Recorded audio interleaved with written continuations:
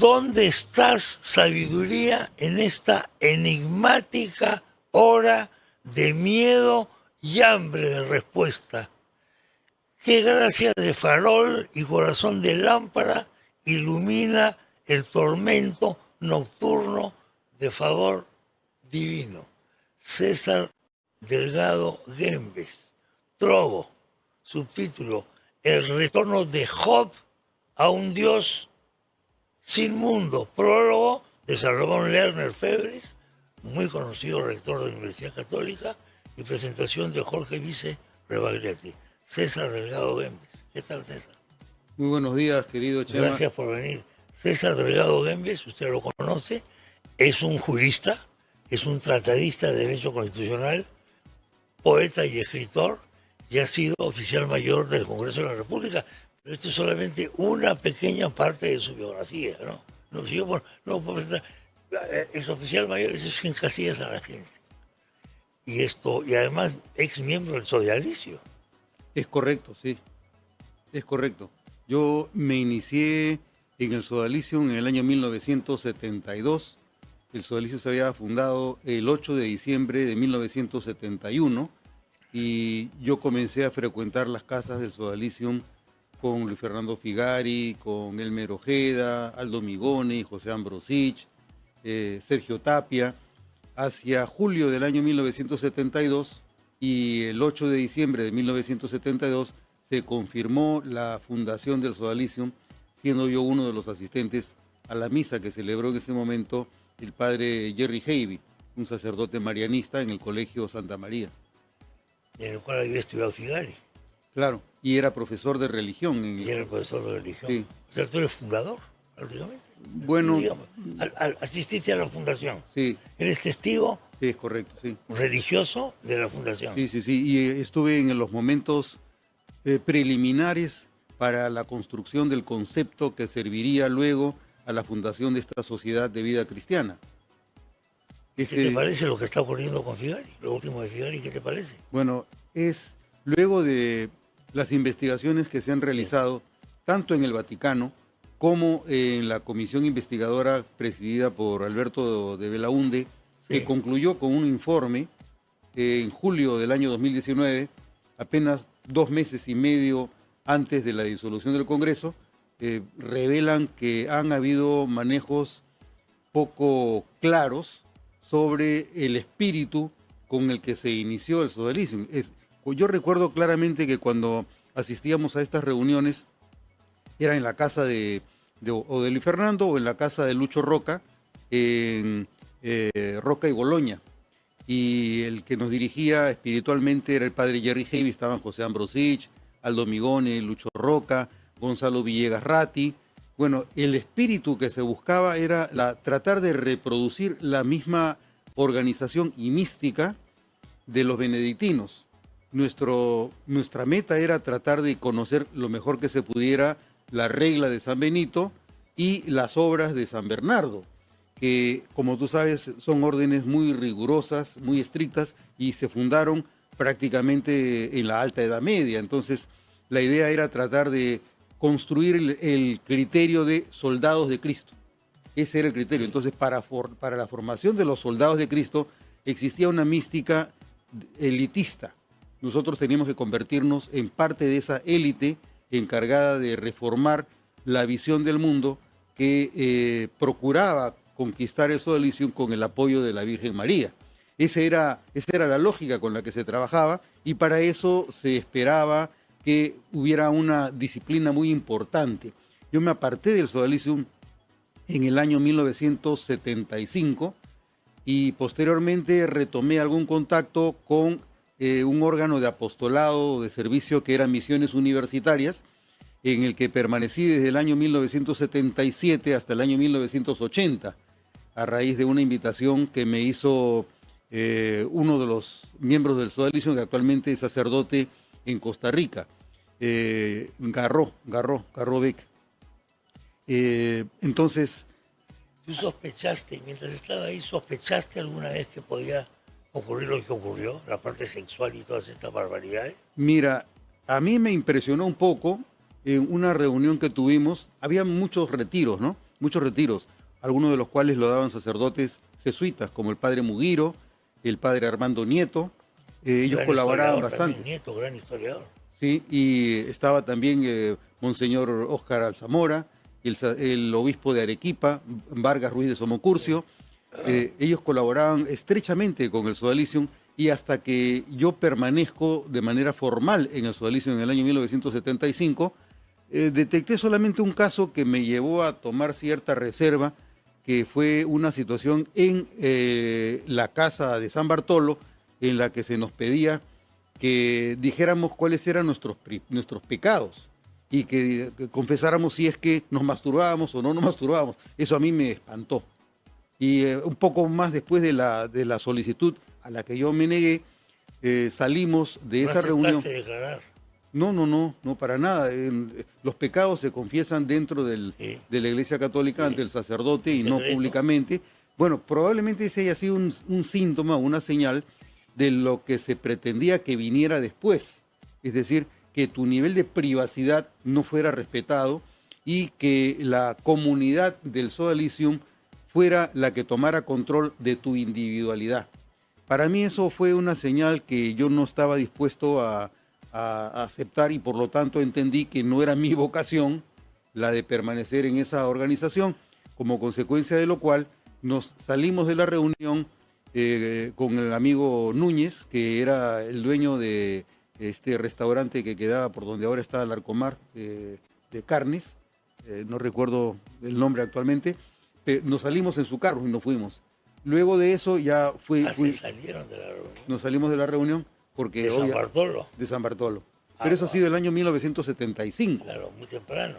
Muy temprano, pero era ya una señal, ¿no? Cuando te vas enterando de estos escándalos sexuales y de depredación y todo, ¿qué pasa? ¿Cómo te sentías?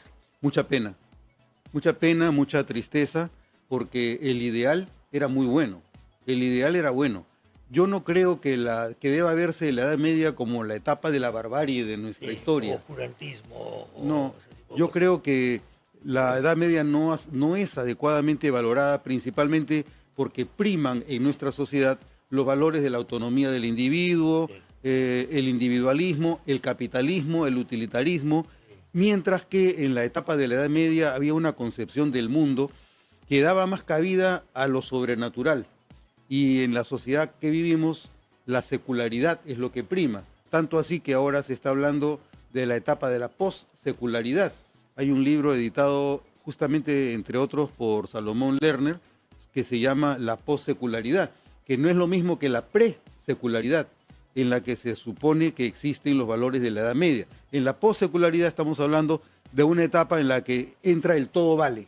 Cualquier tipo de criterio sobre espiritualidad se integra dentro de una sociedad plural y vale tanto lo religioso como otras creencias, otras creencias. Actualmente, y parte de eso supersticiones, también, inclusive, claro, absurdos, y sectas satánicas, todo entra, todo vale, ¿no? Porque lo que pasa es que de alguna manera se convierten o intentan convertirse en nuevas religiones, ese tipo de creencias, por ejemplo. Claro. Porque el hombre necesita algún tipo de creencia y de religión siempre, sí. desde el Homo sapiens.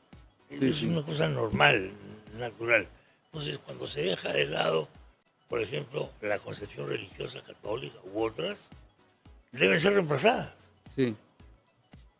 Porque hay un mercado que te obliga, hablando en términos de economía de mercado, claro, un mercado que te obliga a satisfacer esa necesidad de espiritualidad. Mira, Chema, tú al empezar nuestra conversación citaste al azar una frase. ¿Sí? ¿Dónde estás, sabiduría? Exactamente. Y esa es la búsqueda que realiza el hombre de verdades que le son esquivas y para las que no tiene respuesta por más que la ciencia te las plantee. Hay quienes creen que la ciencia te resuelve todo y que no debes creer nada que no puedas demostrar.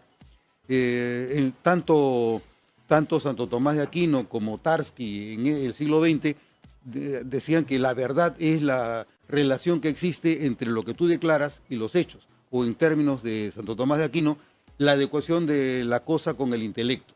Entonces, esa búsqueda es la que lleva a la ciencia a afirmar que no es posible demostrar que Dios existe y que sí es posible llegar a comprender cómo es que se origina el mundo sin la presencia de una mano externa, que sería la mano divina. Entonces, ahí tú te encuentras ante una solución en la que lo único que te cabe es creer o no creer. O crees en la ciencia o crees que existe una fuerza distinta con la que se crea el mundo. ¿Tú sigues pensando como pensabas en esos años 70? Esa es una pregunta con truco. Quiero decir, no, con truco no, sino que Sí, tú ingresas al sodalicio sí, valorando una serie de temas sí.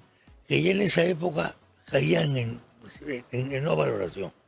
Tú has hablado con tu individualismo, has hablado con una serie de temas. ¿Sigues pensando más o menos así? O sea, ¿sigues creyendo? Sí, Sí, sigues creyendo. sí sigo creyendo con dificultades que son el sustento de mis dudas, pero a pesar de las A pesar dudas... de todo lo que pasó Sí. con el sodalicio, sigues creyendo. Sí, es más, bueno, yo salí del sodalicio en el año 75, colaboré luego como dentro de las misiones De la misión universitarias, universitaria. pero luego en el año 1983-84 viajé con mi familia a Estados Unidos y ahí se realizó otro proceso de conversión de mi parte. Y fui adscrito, fui crismado dentro de la iglesia ortodoxa. Entonces, al contrario, creo que mi comprensión de la realidad y de la vida se ha enriquecido O sea, tú has ingresado a la iglesia ortodoxa en Estados Unidos. en Estados Unidos, ¿En qué parte de Estados Unidos? en Florida. En Florida. Y eso ocurrió ¿Y había un fundamentalmente templo? ¿Había una parroquia? la iglesia una de San Andrés. La iglesia de San Andrés. Era el pueblo de Tavares. Ok. Tavares y Eustis. En realidad la iglesia estaba en Eustis, en el límite entre Eustis y Tavares, más o menos a 50 kilómetros al noroeste de Orlando. ¿Y la cómo zona llegas, central. cómo llegas a esa religión? Porque nosotros con mi familia asistíamos a las misas en la iglesia católica romana Sí.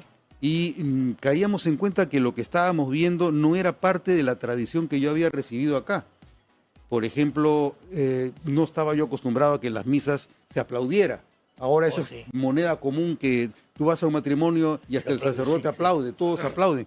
A mí me parecía que eso no iba Oiga, conmigo. es que queremos competir un poco con las sectas, con los En la iglesia protestante, sobre todo las iglesias evangélicas, llamadas sectas, digamos. Claro. Con perdón, ¿ah? Estoy Sí. empleando una palabra o las iglesias pentecostales, despectiva, sí, con perdón. no sé, en esas iglesias se expande el espíritu, en particular por influencia, diría yo, del espíritu proveniente del África, que son mucho más expresivos y Absolutamente, necesitan expresar su religiosidad con cantos, con bailes, con gritos estridentes, donde manifiestan la presencia de Dios que sienten ellos en el cuerpo. Oh, Pues sí. a partir de eso, Oh, sí. los movimientos pentecostales han adoptado ese tipo de modelo y la gente los vive y es feliz. Sí. Pero digamos que si tú tienes cierta formación, como en mi caso, donde yo he vivido en la iglesia antes del Concilio Vaticano II, Sí, por supuesto. había un papa que decía que con la apertura de las puertas del Vaticano se había metido el diablo por la ventana, Sí. ¿no? Entonces nosotros en el Sodalicium en principio leíamos esos textos, como por ejemplo ¿Dónde está vuestra fe?, de René Guayón, el orden temporal de Monseñor Nicolás de Risi, o los libros de Carlo Carretto, un sacerdote italiano que tenía que ver con una comprensión de la espiritualidad muchísimo más ancha que la que podría profesar cualquier grupo religioso. Bueno, todas esas cosas formaron parte de mi vida. Pero cuando llego a Estados Unidos me voy dando cuenta que la barrera entre lo religioso y lo comunitario, lo profano, digamos, no era la misma. Entonces busqué y encontré en la iglesia de San Andrés la presencia del sacerdote que era Michael Kaiser, con el que conversé. Y toda esa comunidad antes había sido de religión anglicana. Todos ellos habían sido anglicanos y toda la iglesia se había convertido. Toda la iglesia. Toda la iglesia. No sabía eso. Nos ha estado contando su historia en el sodalicio, del cual se aparta en los años 70, vuelve por un momento a un apostolado universitario, forma parte de ese grupo y luego ya se aparta definitivamente. Y más bien, o cosa que yo no esperaba, su vida adquiere un giro espectacular ingresando a la iglesia ortodoxa en el estado de la Florida. Es correcto. En los Estados Unidos. Así es, sí. ¿Ha estado Figali siendo protegido todo este tiempo? Yo deduzco que cabe que eso ocurra fundamentalmente a partir de la especulación. No tengo evidencia. ¿Por qué? Porque como en cualquier organización enorme de las dimensiones que tiene el Vaticano, hay sectores que adhieren a algún tipo de visión de la vida eclesial y hay otros que son mucho más abiertos. Para empezar, Juan XXIII abre las puertas. Luego tenemos el caso anterior, Pío XII, que era más bien las puertas cerradas. Ratzinger, puertas cerradas. Quien abre las puertas para que las misas sean más abiertas y que da como consecuencia que se pierde menos feligresía es este sector abierto que precisamente es que en algún momento pudiera terminar en la teología de la liberación y en otras manifestaciones que no tienen que ver con ese mensaje propiamente social de la Iglesia Católica, sino con la integración de la población a la Iglesia. A la vez existe paralelamente otro grupo que no escatima en medios para que no se pierda la tradición en su sentido más puro. De alguna forma podría decirse que es el sector más tradicional, en lo cual podría advertirse algún vínculo con la tradición de la Iglesia Ortodoxa, que también busca que se preserve la tradición dentro de la lógica de los concilios de los que se aparta la Iglesia Católica en el siglo XI más o menos. Entonces, me daría la impresión, como digo, de manera especulativa, que existe cierta protección. Es más, cuando se lee el decreto del Vaticano en el que se expulsa del sodalicium a Luis Fernando Figari, cabe advertir cierta tendencia a la diplomacia del Vaticano. ¿Por qué? Porque si bien es cierto, las principales acusaciones contra él eran abusos, entre los cuales podían haber abusos sexuales y de otra naturaleza, como humillaciones, etcétera, etcétera, o maltrato físico y psicológico, discriminación, etcétera, también se puede advertir que no se menciona esa como la causa de la expulsión. Se hace referencia a varios cánones y se excluye de esos cánones la posibilidad de excluirlo a Luis Fernando Figari de la sanción por conductas relacionadas con el abuso sexual. Entonces, ¿por qué se lo expulsa? Se lo expulsa porque él fue la causa fundamental del escándalo que ha perjudicado a la Iglesia Católica en general y a esta asociación de vida religiosa que es el sodalicio. Entonces, ahí hay diplomacia, porque quienes han fraseado luego de la investigación la expulsión se han cuidado mucho de que no aparezca que la expulsión se deba a los abusos, malos tratos o discriminaciones que se le imputa y que aparecen en el informe de la Comisión Investigadora de Alberto de Belaunde que presentó en julio del 2019. A pesar de todo lo que ha ocurrido y de lo que te has enterado, ¿sigues considerando buenas personas a las buenas personas que conociste en la orden, en el sodalicio? Yo conozco, por ejemplo, que permanecen en la orden a José Antonio Eguren, obispo Jaime de Piura, Bertel, ex obispo de Piura, ex obispo de Piura, sí, renunciante. Él renunció. José Antonio Eguren, Jaime Bertel, conozco muy bien a José Ambrosich. No sé de ellos hace muchos años, pero José Antonio Eguren y Jaime Bertel bautizaron a mis hijos, a 2 de mis 4 hijos. Más allá de lo que ha ocurrido y del vínculo de amistad que tuve siempre con ellos, yo no he tenido más datos que los que han aparecido públicamente. Nunca esperaba que las imputaciones que se le hacía a Luis Fernando Figari fueran de esa índole, gravedad, intensidad o magnitud. Obviamente, como todos sabemos, Dios es grande porque a la vez que condena es misericordioso. Entonces no sabemos en qué momento se producirá el enjuiciamiento de Luis Fernando ante el trono de Dios. Tremendo. Lo que está diciendo es tremendo. Nadie dice esto. No. Se dice poco. Pero es que en realidad quien finalmente conoce la verdad es solo Dios y su conciencia. Si ha manipulado, manejado para hacerse inocente cuando no lo era, tendrá que responder él mismo. Pero yo no lo puedo juzgar porque no conozco los hechos. No conozco los hechos, tampoco tengo apariencia, no veo verosimilitud de verdades en las acusaciones que se le hace por la sencilla razón de que yo no he tenido acceso a los hechos. Y son los hechos en los que se puede confirmar. ¿Pero tú crees que el Vaticano lo expulsa ya porque no le queda más remedio? Sí, es posible, claro. Es posible que eso pero sea así. fundamentalmente porque el Papa sentía que era una carga tan pesada A eso voy. contra la Iglesia como la que en su momento sintieron Jaime Bertel y quienes en el año 2010 Sí. le dijeron a Luis Fernando que lo más sano era que él dejara el puesto que tenía como superior general, que diera un paso al costado, dio un paso al costado y la dirección fue asumida por otros y él se mantuvo como fundador. Pues probablemente sí exista eso. Pero esto a la vez revela una cosa, Chema, que estamos en urgente necesidad de líderes sanos. Lo que no tenemos en el Perú y en el mundo son líderes sanos. Si no, veamos aquí nomás. ¿Qué nos va a pasar sin líderes? Bueno, no puedo pronosticar, tampoco quisiera tener un discurso apocalíptico, pero realmente lo que se necesita es, como lo decía mi amigo Jorge Secada, una refundación del Perú. Y lo mismo ha mencionado Alfredo Barnechea en una entrevista que le hace el periodista Fernando Vivas, una entrevista muy interesante donde te deja ver que Alfredo Barnechea tiene un perfil importante y distinto al de todos los demás. Coincido. Y hace una campaña además muy interesante la vez pasada que sacó su 6% de votación. Sí. Para Acción Popular, que venía de 0. Claro. Me parece una campaña muy interesante. Lamentablemente, entre la maledicencia de cierta prensa y la fortuna, lo sacan del camino.